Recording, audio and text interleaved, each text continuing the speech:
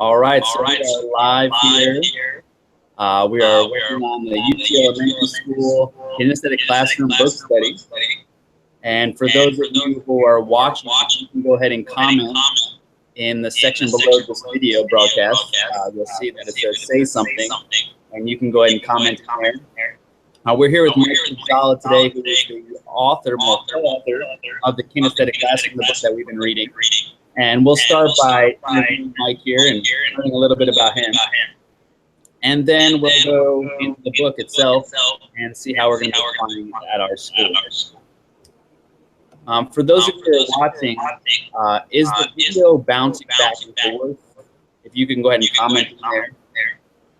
Mike, on your end, is it bouncing back and forth still? The video? Everything's still. Okay. Yeah. So there's two different settings. There's one where I can click on the person that's talking, and there's one where it actually recognizes your voice and it'll automatically go back and forth.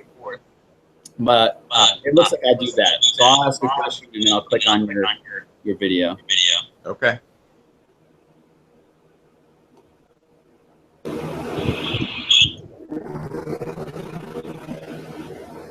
So I'm on the page.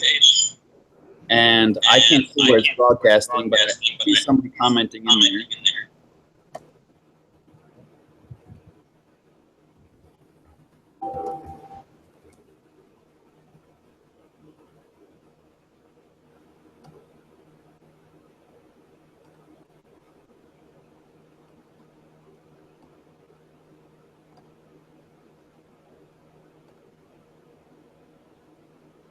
Scarlett, for commenting if you can hear me.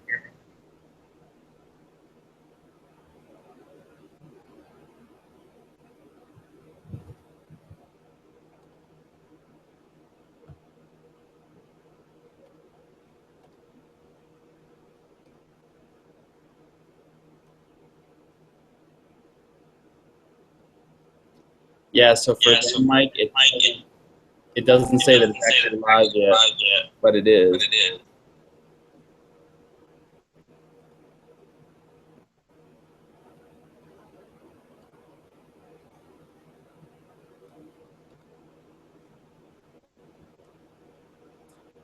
Yeah, because here it says stop broadcast. It says that we're live right now. And on the web page, it's saying that it's when you click it to go live, it's not.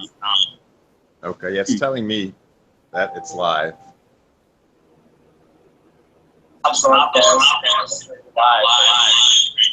Okay, now it's working. Okay, so people have to make sure they press play. Thank you, Scarlett.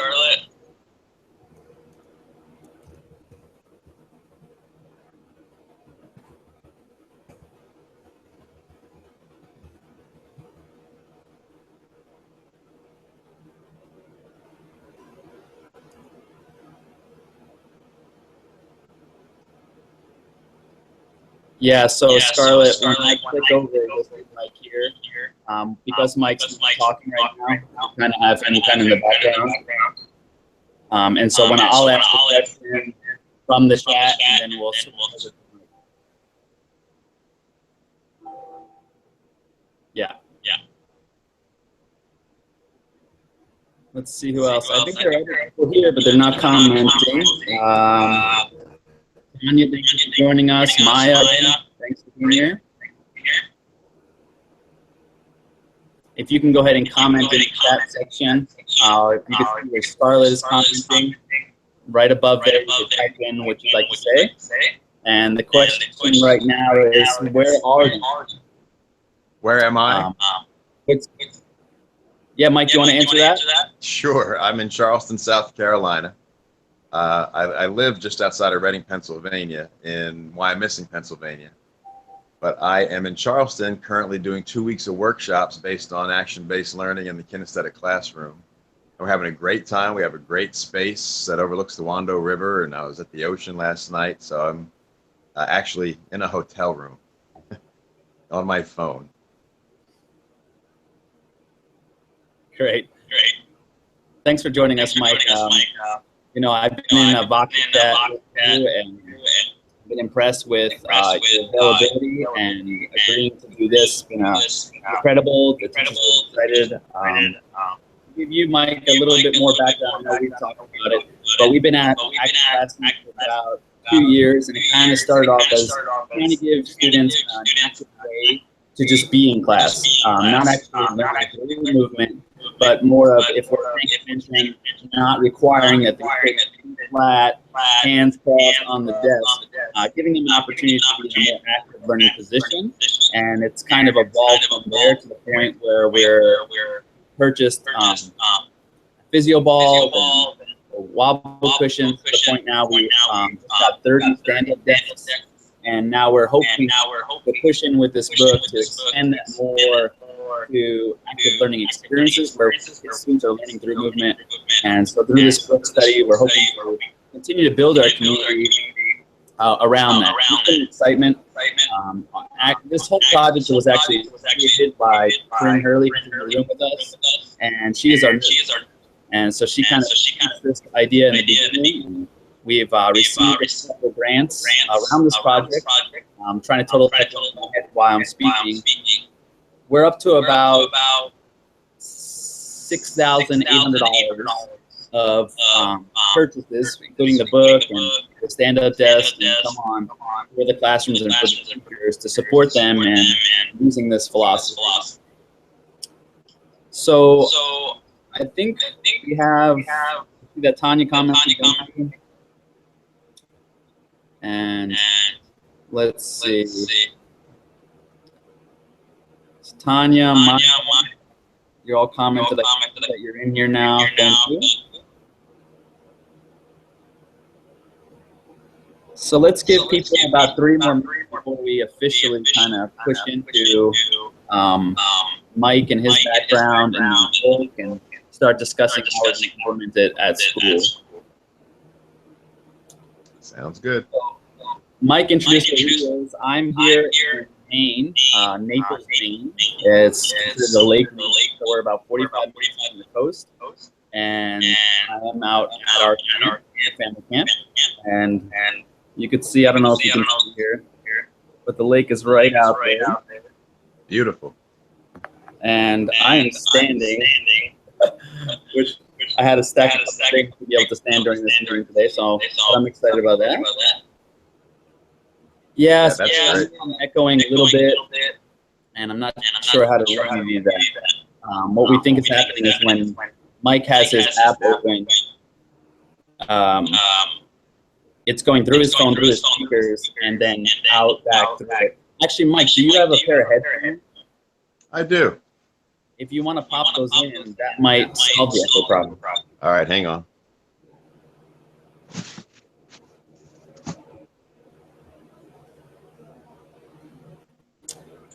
Yeah, we tried to remedy that, but I hadn't had that idea.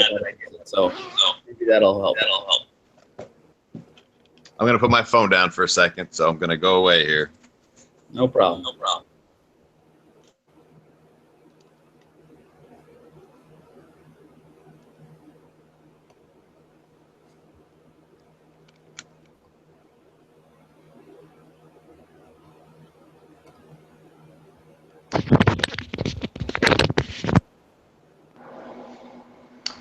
Okay, how's that? That sounds a lot better on your end, and I don't hear myself anymore, so that must be working. Is that true, Scarlett? Does it sound good on your end?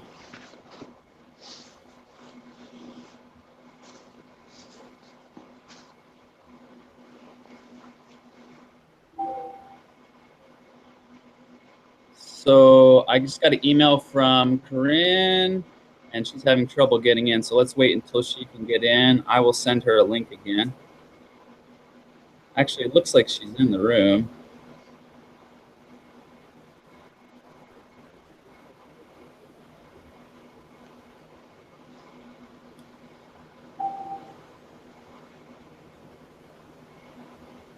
Corinne, if you're here, if you can go ahead and type in the chat right below the video broadcast. Yeah, so it sounds like the sound is worked out. We'll just get Corinne in here, and then we'll get started. I'll try to send her another link. But she's in, like I said.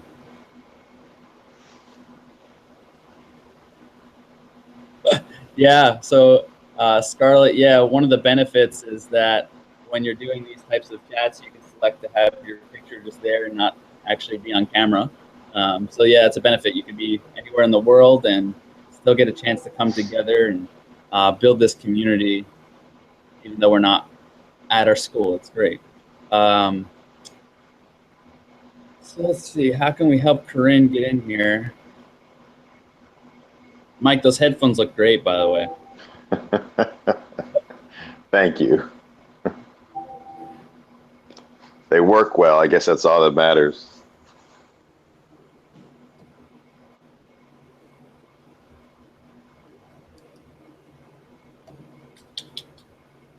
Blah, blah, blah.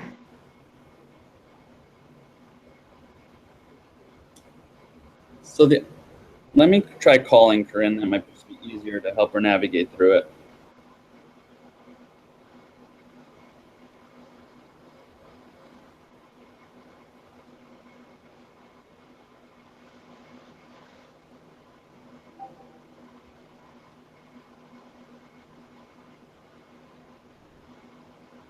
Yeah, Scarlett, if you have their phone numbers, you can text them to remind them.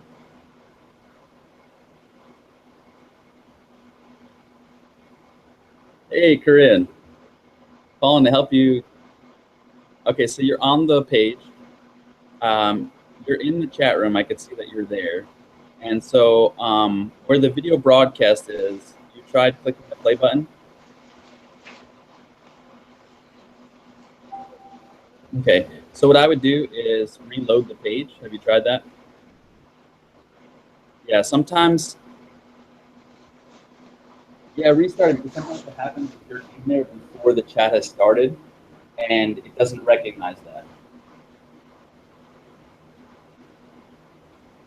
You want to stay on the line, or you want to stay on until it works or not? Oh my gosh.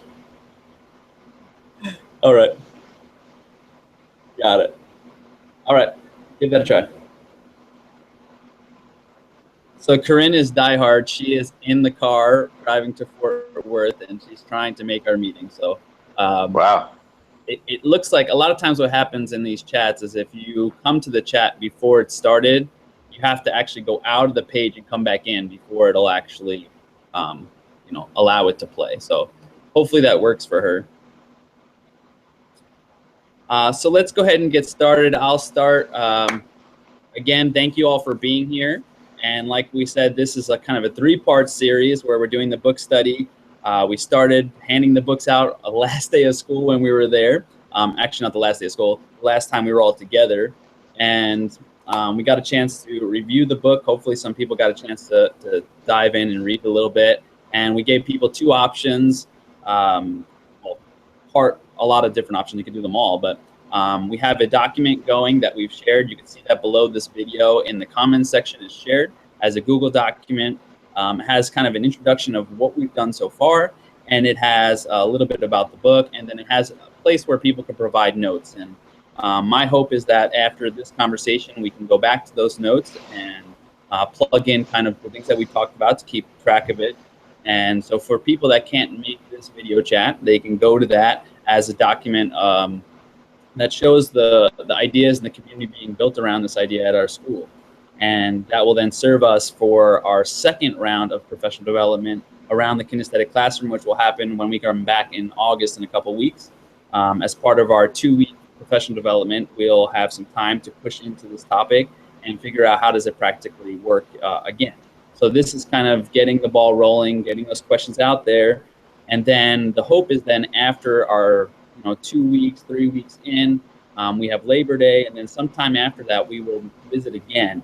After some time for a chance of implementing and testing out the ideas, we can then come back together and share kind of what's working at that point and move forward. And hopefully by then, the conversation will be open enough that when we are visiting with each other, we could be sharing successes and celebrating each other at that point as it starts gaining some traction in the community. So Mike is, when I first had this idea of pushing into it a little bit harder than we were in the beginning, we were it was pretty passive, and some people were taking on. We were trying to launch it more school wide, and we got the grant from the HEB bonus kit from It's Time Texas. We got $5,000 to do the stand-up desk. So people wanted to commit to this a little bit more. And before I purchased the desk, I put it out to a chat room called the Kinesthetic Classroom, which had started from, I believe, a book study. Mike can correct me if I'm wrong a little bit later, but from that, I kind of just said, hey, I have $5,000 and I really want to use this money to the best of its potential. Like, what would y'all do? Because these are people that have been at it for longer than me. And so to tap into that resource, put it out there, and a couple people responded, including Mike, who is very active in the room.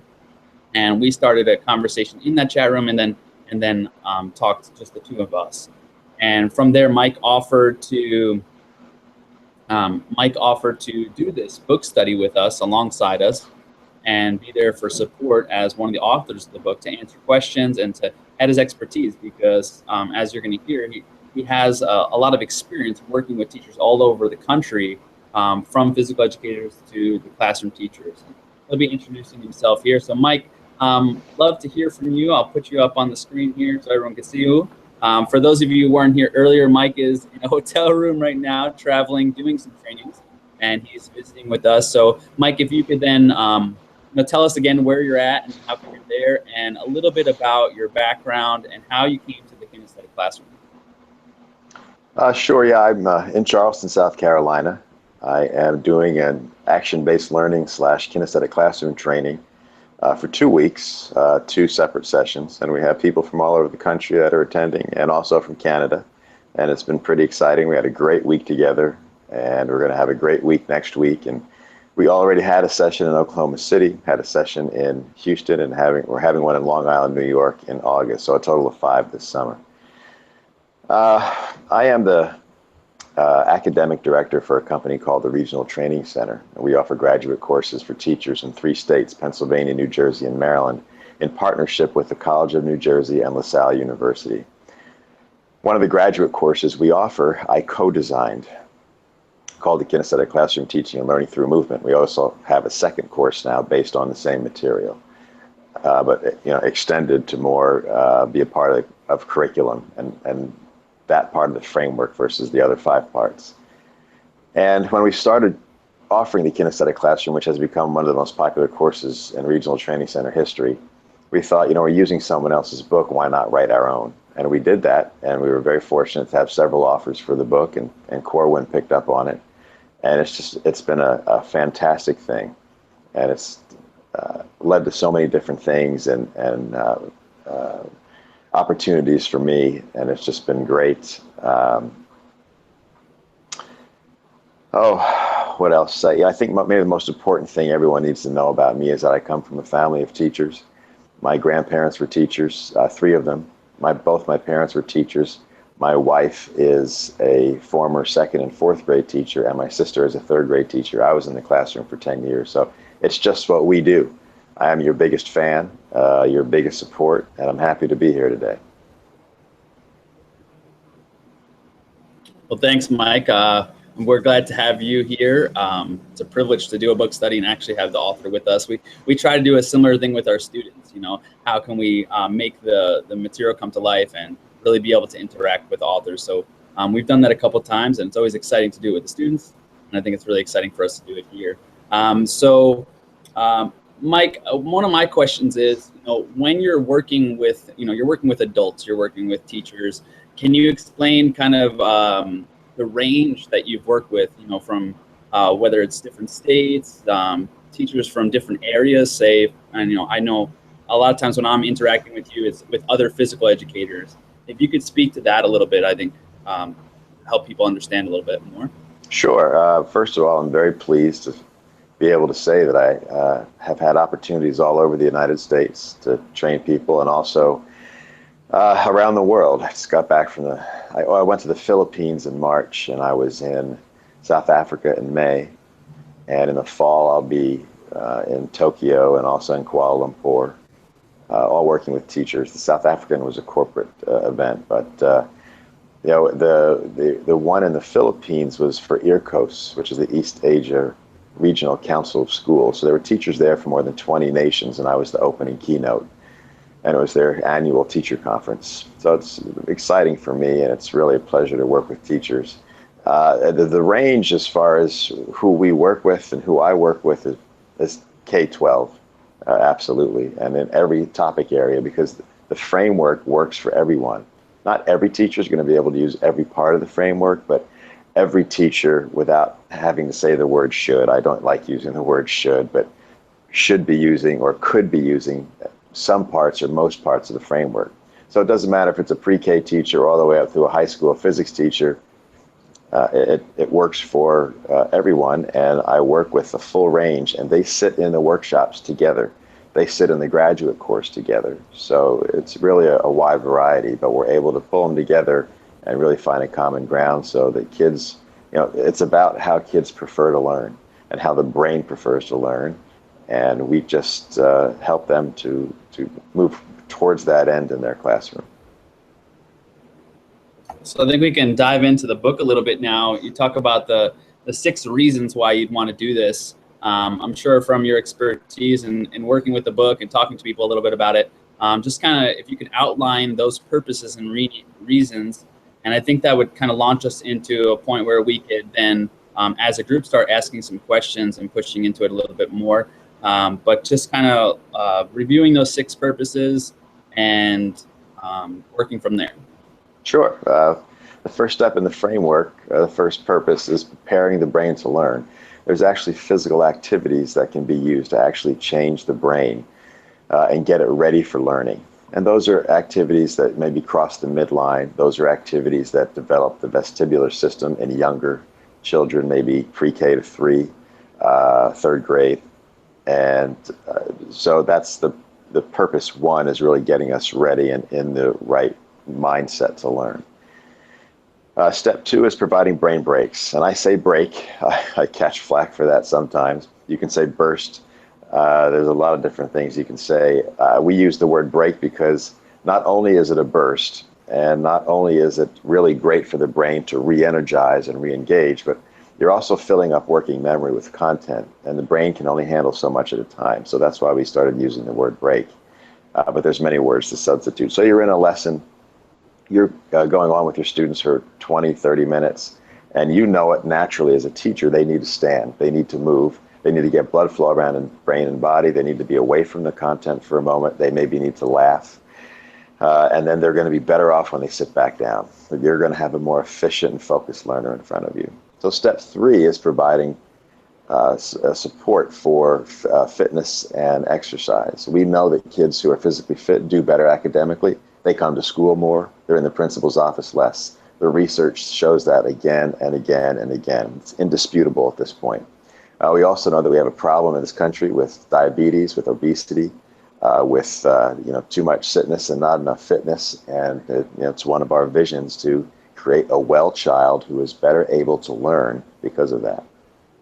Step 4 is creating class cohesion. Research tells us that when you create relationships between students and create relationships between students and teachers, academic achievement rises. So we're trying to create a safe home for the mind where risk-taking is possible, because being in a classroom represents different levels of risk for all learners.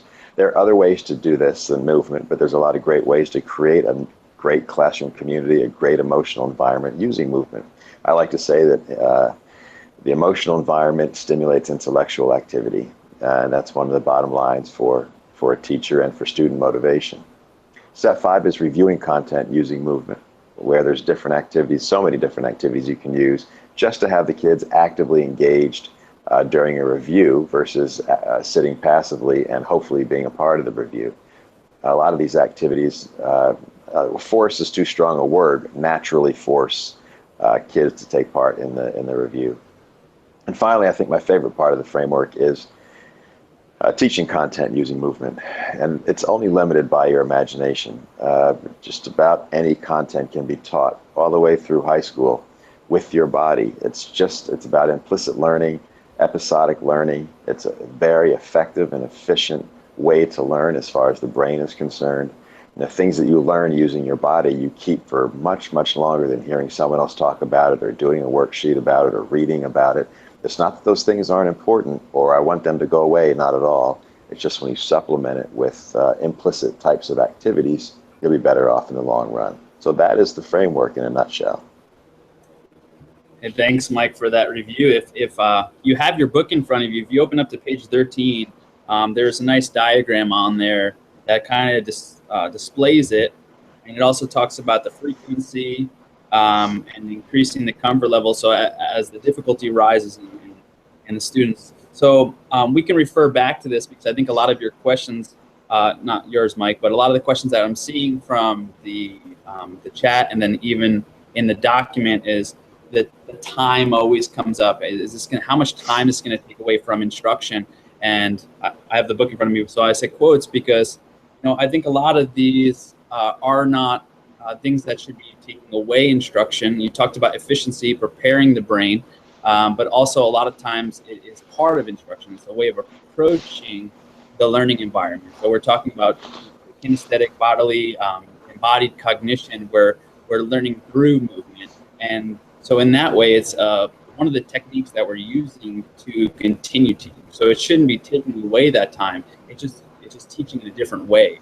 I think it's something that we need to kind of wrap our brains around, that it's not actually, stopping learning, and we're just doing activity now. This is learning.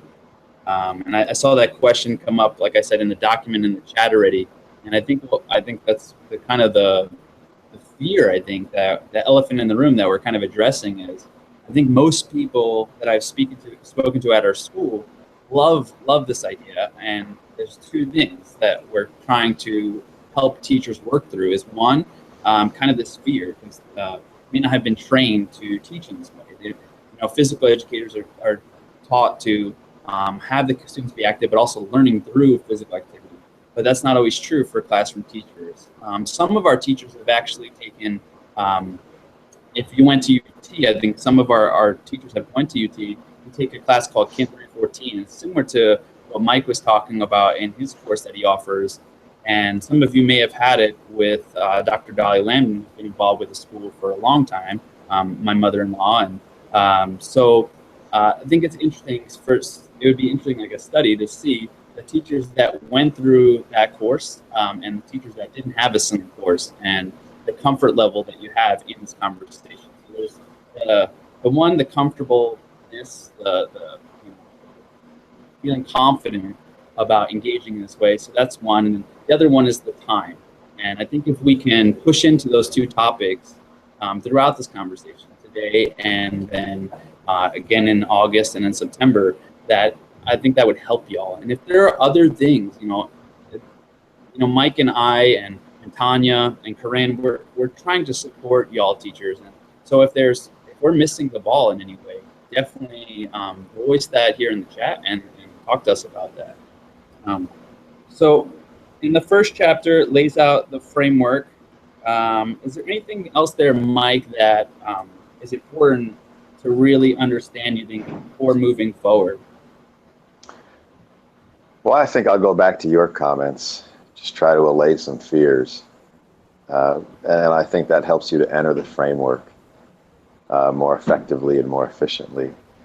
One thing is, anecdotally, we've had thousands and thousands of teachers take the graduate course, and I've trained tens of thousands of teachers around the country, and it is only growing because we know what the result will be. There's also a large amount of research out there that supports using movement in the classroom, using activity breaks, using exercise and fitness and getting into your target heart rate zone, creating relationships between the physical educator and educators in the school, and also important research that we all need to be aware of that says that taking away time from academic topics to increase physical activity actually increases academic achievement. That research has been done again and again, and it's just hard for people to really grasp onto. So I understand, and a lot of us who work with these topics understand that we become more efficient as a learner. We become more efficient as a teacher as we adopt these practices. When you're talking about preparing the brain or providing a brain break, you're talking about, 30 to 60 to 90 seconds. But you have to learn how to do it effectively and efficiently, and how to be a great state manager. And I don't want to get ahead of myself. State management is still ahead of us in the book, so maybe I shouldn't go there yet. But when if I just go through the timepieces for each one, if you're looking at supporting exercise and fitness, that could be the physical educator's main job in the school. But there are 3 to 5 minute exercise bursts or activities you can do with kids at different times during the day. That's just going to light their brain on fire and create a better learner. When you're talking about class cohesion, that's something that is an individual judgment on the teacher's part, how often they want to do that. Those activities take a little bit longer. They don't have to take a long time, but they take a little longer. And reviewing content, teaching content, what happens is you're differentiating instruction through learning profile. And you are offering a child, and you, no matter what classroom you're in, I guarantee you're in at least a classroom of 85% either visual or kinesthetic learners, and they need that other sensory cue through movement to help them process the information. I can teach children circumference and diameter in a way where they won't forget it again, and it will take me 2 minutes. And they'll be able to teach it again to their parents that night, rather than looking at a book, rather than doing a worksheet, rather than having it explained to them. So there are many ways that we become more efficient, and it ends up being a great classroom manager. And I also want to say this too, nothing I'm doing, nothing I'm saying is any judgment on anyone's classroom at all. You're the professional in your classroom. I'm here to help and offer information, and you get to take it and use it how you like.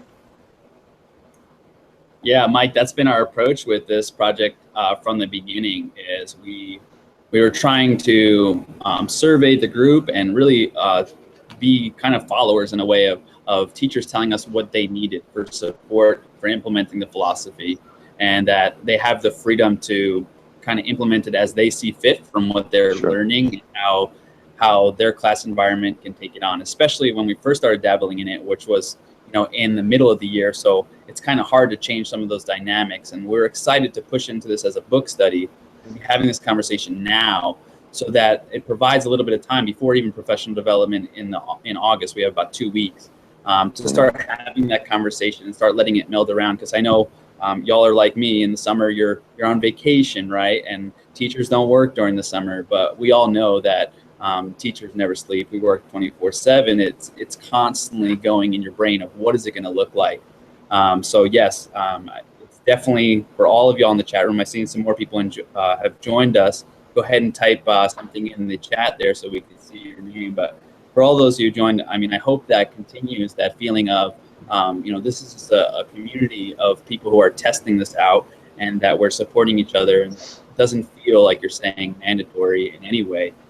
But if there are things that people feel comfortable with, they want to test it out and latch on, that's great. So that's number one. Chapter number one kind of lays out the framework that the whole book is kind of laid out on. Next one is that brain-body connection. I think it's really important to understand moving forward. And I think we could work through the questions here at the beginning of the chapter, and I think that might help us, because they're really good questions that are here. Now, the first one says, in education, should the brain and body be addressed separately or together? In my preparation, we spent a lot of time on this, the philosophy behind, for me, in physical education, like, well, where do these things exist? And, we exist more on the physical side, but in my way of teaching, we're incorporating content knowledge right into each one of the games. I don't teach anything that's meaningless. When you come into my room, it may look like the kids are just active to be active or to be working on fitness, but there's something that they're engaged in, they're thinking about. Let me give you an example. For example, we have a tag game. It's called 5, 4, 3, 2, 1, 10 tag.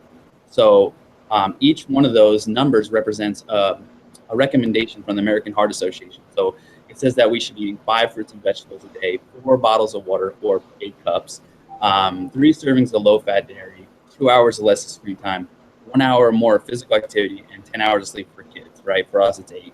So what happens in this game, they're in the room and they're playing tag. When they get frozen, they then hold up their hands. It shows that they've been tagged, that they are in fact frozen. Somebody else comes by and shows them one of those numbers.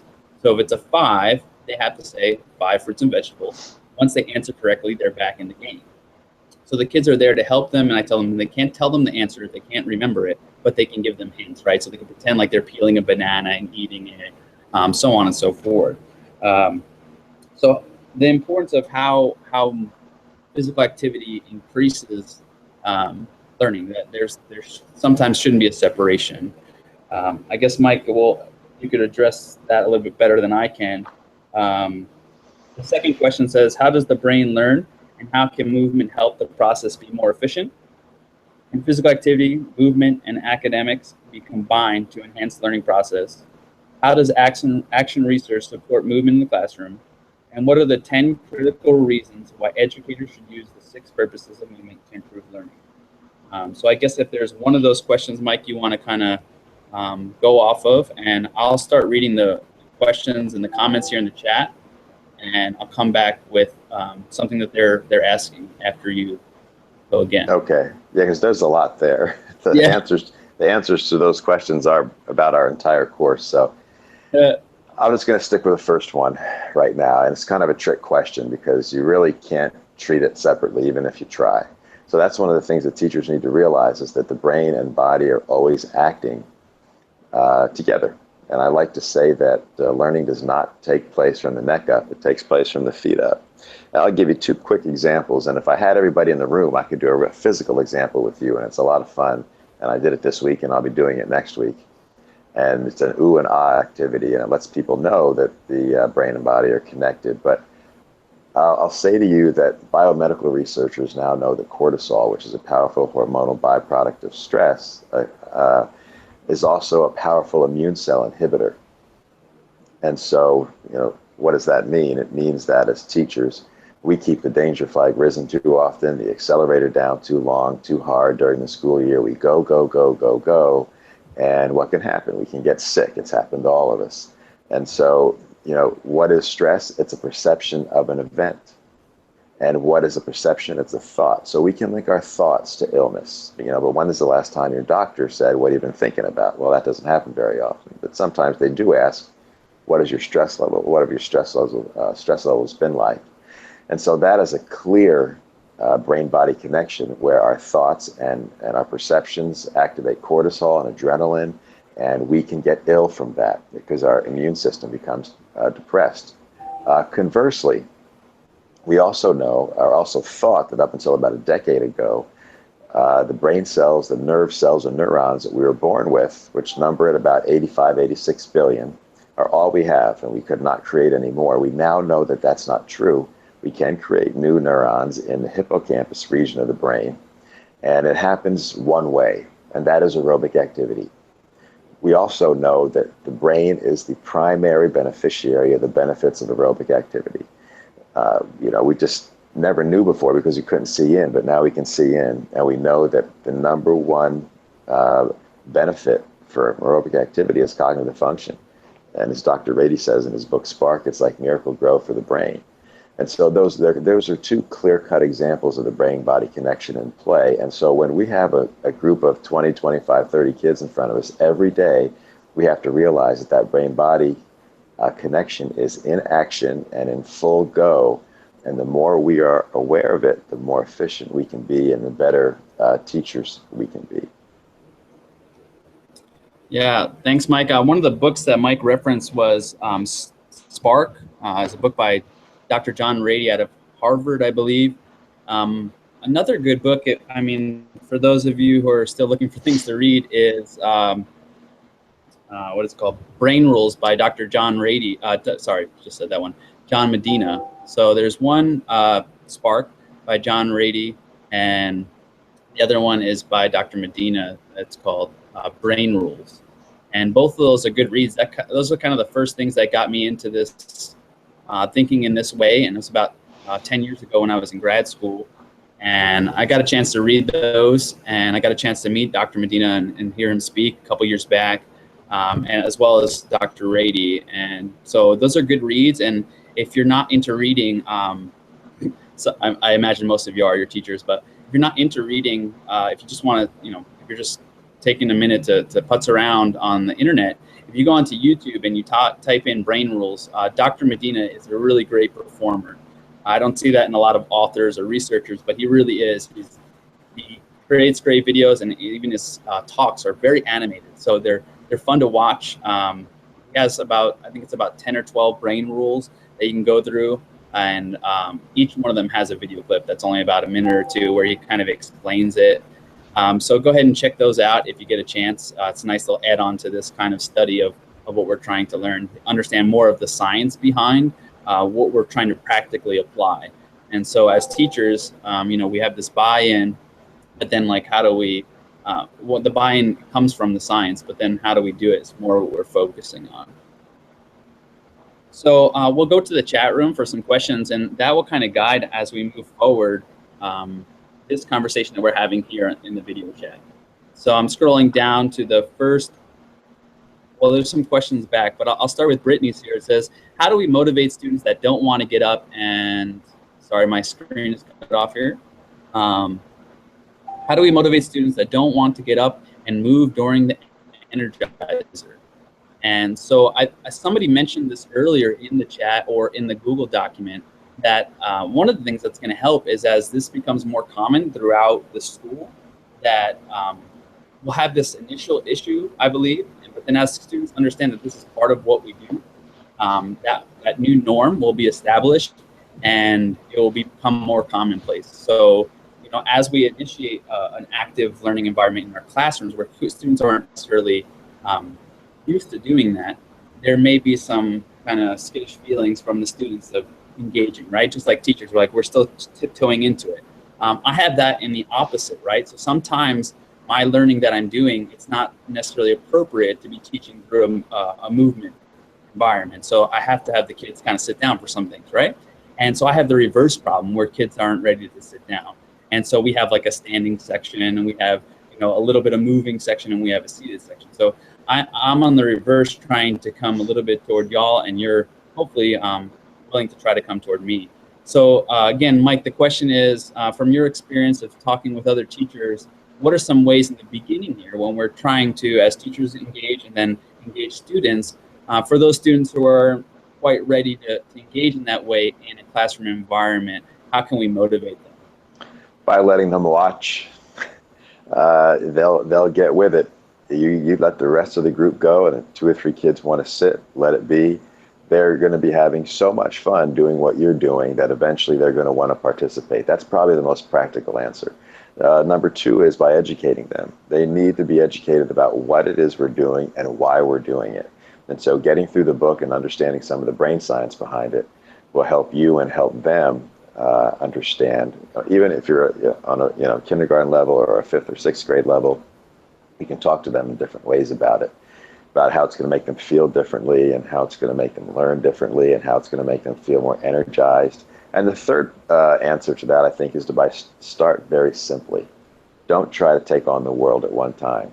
Just by having them practice standing up and sitting down, and then standing up and maybe doing an activity that they do by themselves, that they can feel success with. Maybe just tapping the opposite knee while they're bringing their knees up in the air, and left hand to right knee, right hand to left knee, etc., etc. Simple, basic exercises that they'll feel successful at, and that they can see they can do as well as anyone else.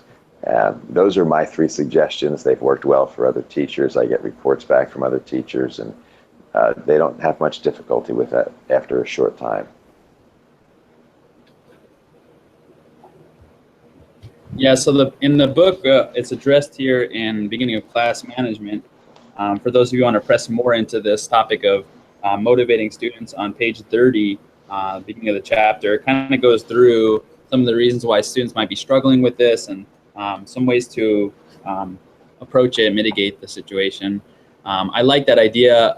It's kind of the philosophy that we've been working with as far as going and implementing this as a school is, yes, for us teachers, we're going to tiptoe and see where it's great, and then maybe go full at it. And we should expect the same thing for students. I like that idea of making sure that that's clear, that not all students have to. It's not this is it, and that's the way it is. Giving them some time to adjust. So you mentioned educating the student on kind of what we're learning, why it's important.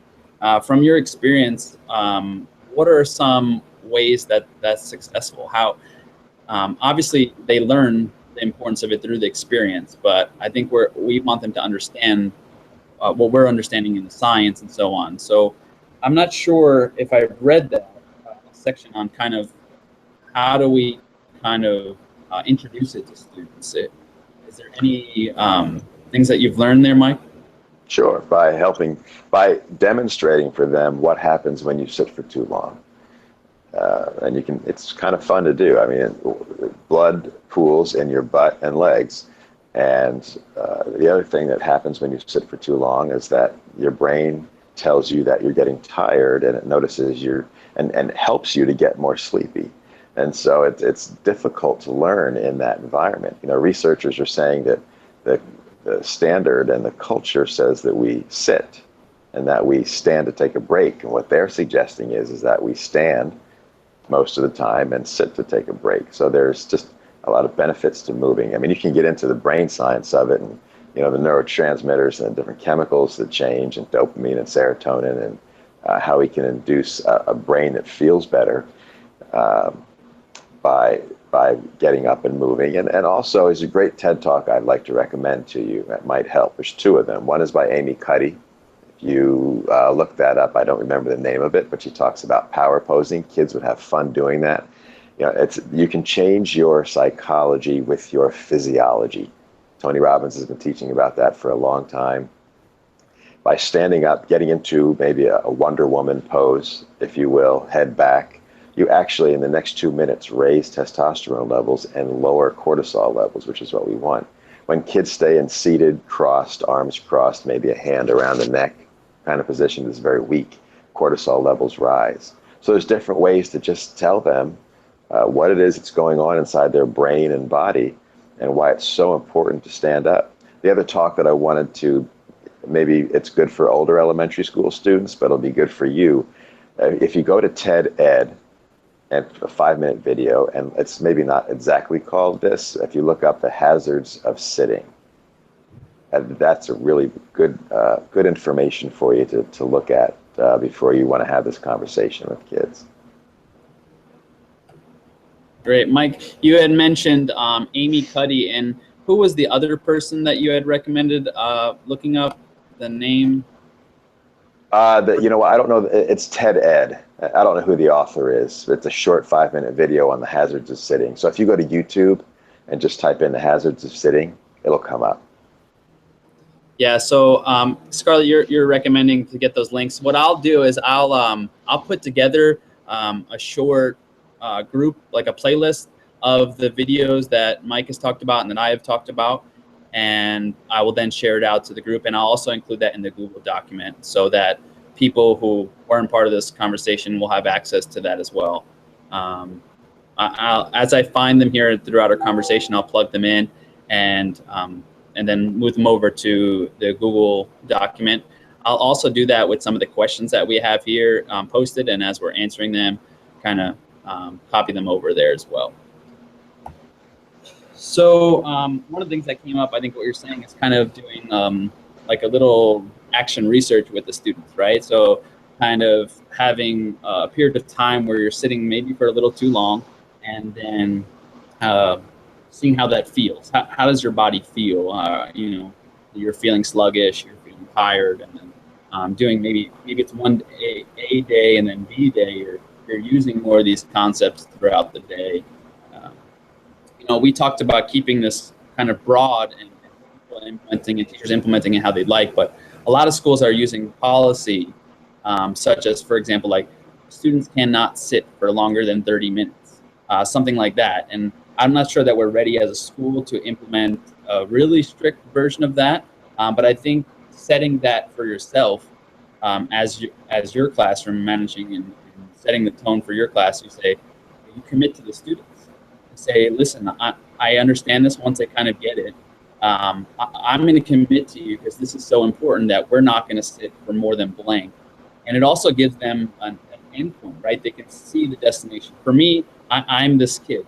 I am this kid in the classroom where if I don't see an end to the learning and the sitting that I might start my own thing and start moving on my own and so on and so forth and get distracted. So I think it's nice if the kid with you're committing to them, again, building this relationship in this class community. And they also know, okay, if I work hard and I focus for the next 20 minutes, that I'm going to have this opportunity. For the kids that need this physical base, it'd be nice for that there. Could I let's go mention back two to more the questions. things? Yeah, go ahead. One is, it doesn't always have to be this crazy, wild movement activity. It can be very subtle. I like to show teachers how to use something called an appointment clock. And an appointment clock is just, I can't explain the whole thing right here to show you, but it's just a way of partnering kids. And it's very subtle. It's like, hey, we just went over the 3 times tables. I want you to get together with your 3 o'clock partner, stand where you find a spot, and just go back and forth and teach these other 3 times tables, or whatever it is you want. Maybe they're going to get together for a brain break, but it's just a way of partnering kids in a very subtle way. They're standing up, they're moving, they're getting the blood flow around, and they're doing something academic and just having a conversation, because kids need to talk about their learning. It's very important to the brain as far as working memory, etc. The other thing I want to point out is that probably every teacher in this chat right now has kids with ADHD in their classroom. Kids with ADHD don't make the same levels of BDNF as other kids, or brain-derived neurotrophic factor, which is so important to learning. It's stored in our large muscle groups. And so that's why kids with ADHD just are almost forced to move. So, it's important for kids to have that time, just to be able to, because it's best practice for everybody, and you're also helping kids with, attention disorders as well. Yeah, thanks, Mike. So Maya, you talked about a really practical, question. You're saying, well, is it a good time to do it during, at our school, we have morning meetings / the responsive classroom meeting times. So each morning when they come back from our group morning assembly, they have now a classroom meeting where they're coming together, which I love, because each morning community. And during that, Mike, I would love for you to come one day.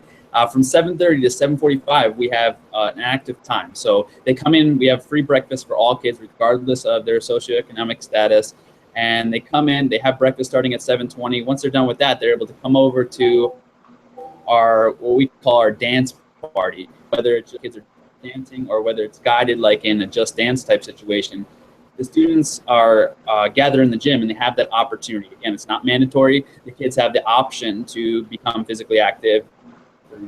We'll do more organized, like I said, and sometimes it's less strong. From there, we have this full community where we come together and go through some traditions that we have, including the Pledge of Allegiance. And then we kind of talk about what's going on, and we have a character trait of the month that we review. And so we do that as a full school community. From there, they then go into their classrooms where they have smaller meetings with their smaller community. And Maya was recommending, she is our reading specialist, and she's recommending possibly incorporating some of this in the morning meeting. What I love about both the active morning assembly as well as the morning meeting idea is it's kind of double purpose. One, you're helping to build that cohesion as it's put in the book, but then also, the earlier we're doing this in the day, we talk about preparing the brain, right? So that's the better. There's a school, Naperville, and the physical education teacher there kind of led an initiative where they tested out having physical education block.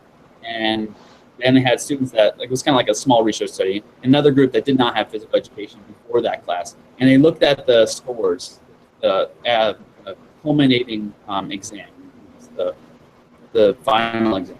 And they found that the kids that had physical education before were performing better. So they liked this idea, and they said, well, how can we get this to more students? And what they established was a 0 period. So it's a high school situation, and so they established a 0 period where kids can come in class pretty much before school. Still credit for PE, but then they have this brain preparation built up before they even get into the first, in quotes, academic. And I could provide a video that kind of explains how they went about that. But one of the reasons why I like your suggestion here is because of that.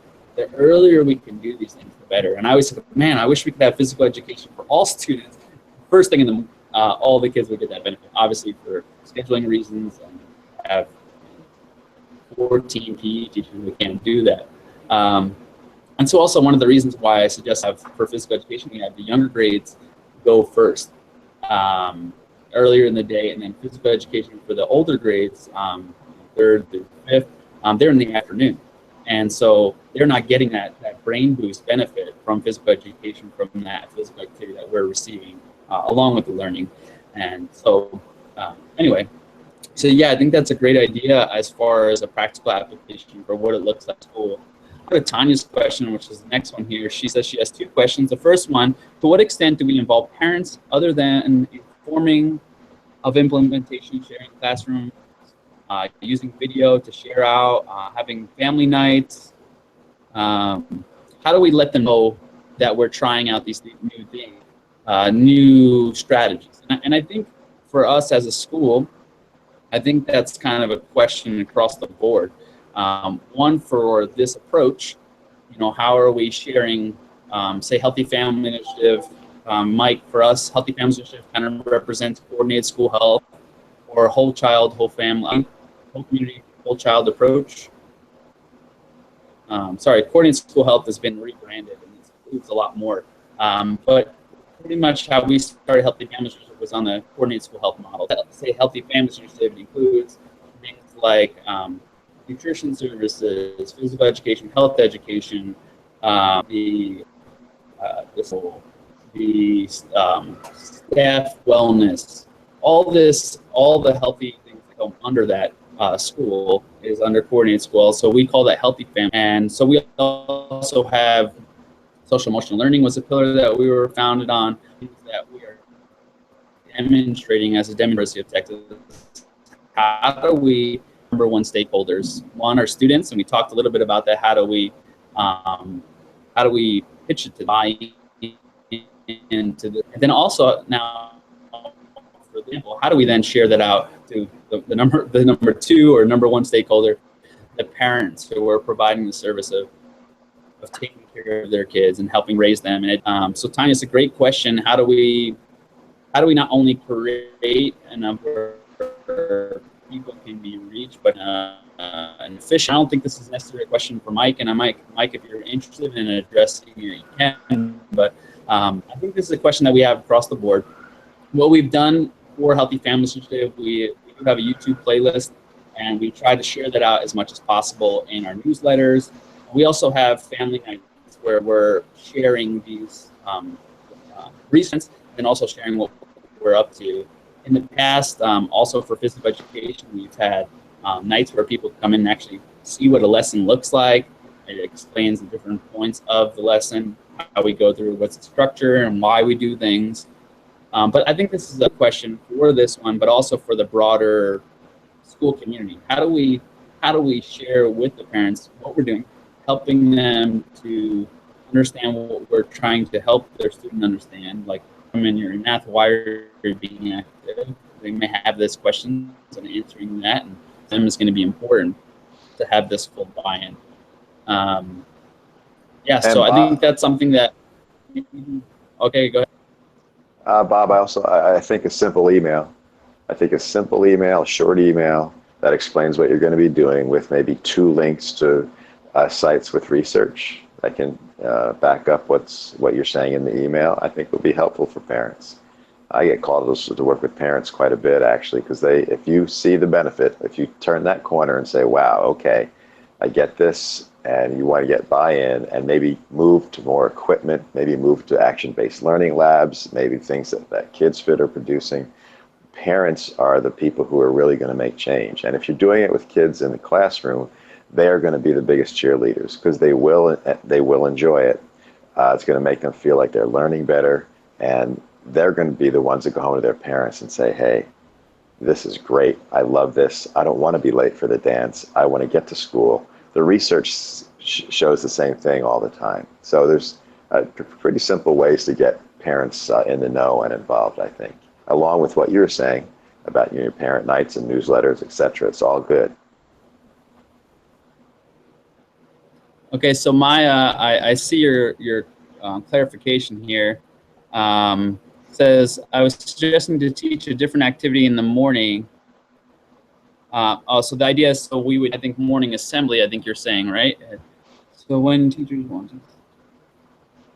Yeah, so the idea would be to play a particular, use a particular activity from the book during morning assembly while we're all together, so that in the room they would see it. Yeah, I definitely agree with that, Maya, and I think the same thing for professional development is in August when Tanya is providing the structure for our professional development, that we're implementing some of the activities, but also the philosophy that we're making sure as a group that they're respectfully as far as alive. I know in our meetings it's become commonplace that people stand up around the perimeter, and so but arranging the room in a way that's possible and providing open space so that we can do some of these activities, I think is going to be important. So yeah, modeling both for y'all when we're the learners in professional development, but then also taking some of the activities themselves and piloting them during morning assembly so that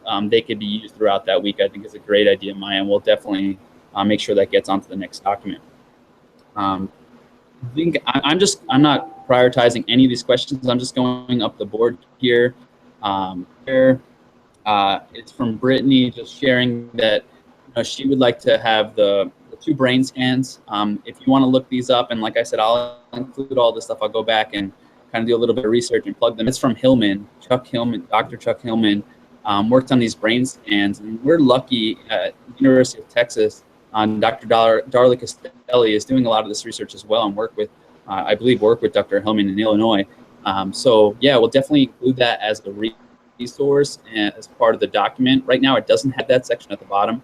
Or if some of you are already on the document and you want to start editing that and kind of being a secretary for this meeting, you're welcome to do that. It's hard for me to do it at the same time. So we'll move up to Tanya's question here. Her second question says, as an administrator, I know my support role is viewed as a leader and a provider of funds. Are there any other meetings administrators have shared regarding their role for a positive implementation of the Kinesthetic Classroom? Just being supportive. So Mike, I think he's asking you that question, yeah. Yeah, it's support. It's understanding the framework and how it operates, and just being supportive when it's going on in the classroom. I hear from teachers sometimes when they're feeling like they're the lone wolf in the school and they don't get the support from administration. So I think that's number one, is just to encourage and maybe go into the classroom sometimes and participate with the kids when they're doing something, one of these activities. It shows that it's important to them, that physicality is important to their academic life. And I think also, we're getting ahead of ourselves a little bit, but maybe if time allows, trying to find grant opportunities, not that you would write them, but maybe trying to find the opportunities for teachers to be involved with. That is helpful from an administrative standpoint, and then also with being supportive with other administrators and helping them to be on board. If there's a higher echelon of administration that you're dealing with, to really be a cheerleader for what's going on in your classroom in your school. So that's just my thought on that. Yeah, thanks, Chris. I think you may be frozen. No, yeah, there you go.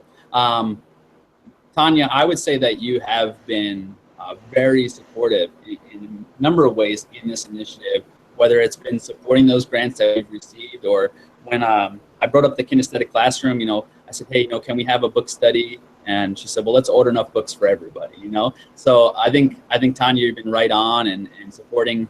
And, I think when you say, I think you put supportive role and being a cheerleader and providing funds, it's also celebrating. When Mike talks about that lone wolf, I know that Miss Bain and Molly Kelly and Natasha Jones, they were kind of early adopters. And when they're those early adopters or starting something new, I know also Ellen Mangelsdorf talked about, she wants to reform her whole classroom, the actual structure of it, where the sitting spaces are, and opening up space for activity, celebrating people, celebrating when people are taking those steps and going a little bit outside their comfort zone. And when they're taking that reach, first celebrating, because I think a lot of times we start addressing some of the issues, right? For example, when Ellen said she would like to reform her classroom, right? So we immediately all started saying, okay, well, how can we do that? What are some of the problems? And one of the problems was like, well, where do we put all the desks? You know, she wanted to get rid of almost like half of her desks. And an issue is, like, okay, where do we put that problem? So I think one of the things for us all, including yourself, Tanya, but us all as a group, is cheerleaders for each other in a way of recognizing each other's successes, not just egging them on, but also when they do accomplish something, being their number one fans, as Mike said earlier, being the one that says, you know what, that's awesome, and really celebrating it, sharing it out. I think not only helps other people understand some of the things that have been learned, but also really builds them up and acknowledges it. So I think that's going to be important moving forward. So, Tanya, my hope is, and I mean, I think this is how you've made people feel, as you made me feel, is that, I think people feel open coming to you with suggestions. So I'm hoping that as this grows, that we continue that, and people are voicing their concerns about how to implement it, but also sharing it out, sharing with you. So yeah, and the fun you've been helping with that as far as the grants, even like I said, the book, all of that. So let me go back to the comments here. Oh, so somebody here, Brittany, I think you may have started the conversation as far as using things like Go Noodle and Hop Sports. One of the parts, I'm not sure if you're aware of this, Mike, but we use Go Noodle. I think you're aware of what that is, video guided exercise movement. And some of them are silly, some of them aren't very active, but they're more brain engaging. But what's cool about that is kids can then log in at home, and it has a gamification aspect to it where students can level up, and they each have an avatar that they can grow. The more they're active, they can graduate that avatar, and it becomes part of like a token system, right? Like, oh, I've graduated 3 avatars, so on and so forth. I think they call them monsters or whatever the case may be. And that's been a great way. I've had teachers, as well as Brittany's had, I've had parents, and Brittany's had parents where they're coming up and saying, yeah, we've been using Go Noodle, and can we turn in, because it asks you, do you want to print this? And that's something we could think about doing, Brittany, for the teachers that are engaging in that way of asking their parents to sign up for Go Noodle, is we could have some kind of turn-in procedure where the kids that are doing it at home turn in their avatars that they've graduated and showcase that in some way. It's my hopes that in Go Noodle there is kind of this advocacy piece at some point where it has this kind of built in. So some of the videos would be actively going through why is it important that we're active, fitness, preparing the brain, emotional state, all this. I haven't quite seen that, and y'all can correct me if I'm wrong. You probably use it a lot more than I do in physical education in your classrooms with brain breaks. So I've talked to them about that and hoping that they can include that, because then if that's in the home and it's saying those things, it then creates the learning environment for the parents at home. So yeah, good point, Brittany, and maybe we can explore how to make that more formal of a process of inviting the kids and the parents to do it at home. We have done that a couple times. I've done that through email and through paper copies. Before the summer, we sent home copies that said, hey, they have a Go Noodle summer camp. You could sign up, and they post new videos each week. So I have been reaching out, but maybe we can reinforce it, reward it in some ways by acknowledging it in the school environment. Scarlett says, maybe a monthly newsletter or a section in your classroom, collapsing it, in your classroom newsletter with ways to support at home, as well as benefits of kinesthetic learning. Yeah, so going back to emailing or sending home some type of paper copy correspondence about what we're trying to implement, how it can support at home, and across the board. How do we communicate social emotional learning? How do we communicate healthy families initiatives? So the one thing we try to do at the school is to limit the number of times we're contacting parents.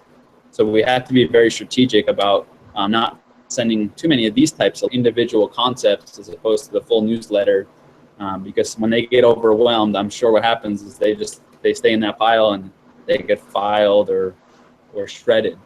So we have to be careful anybody. I try not to overwhelm y'all, and I make mistakes with that because I put the wrong times in the email a lot of times, so I email again.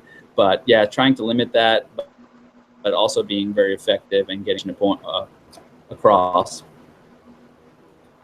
So yeah, I recommend, again, using the morning assembly time and the class meetings time to reinforce it.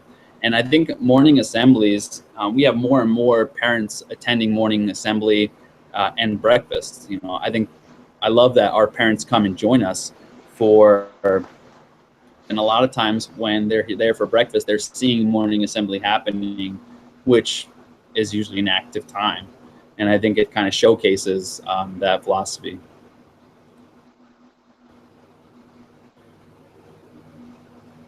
Yeah, so more affirming, using morning meeting and morning assembly to establish the school culture.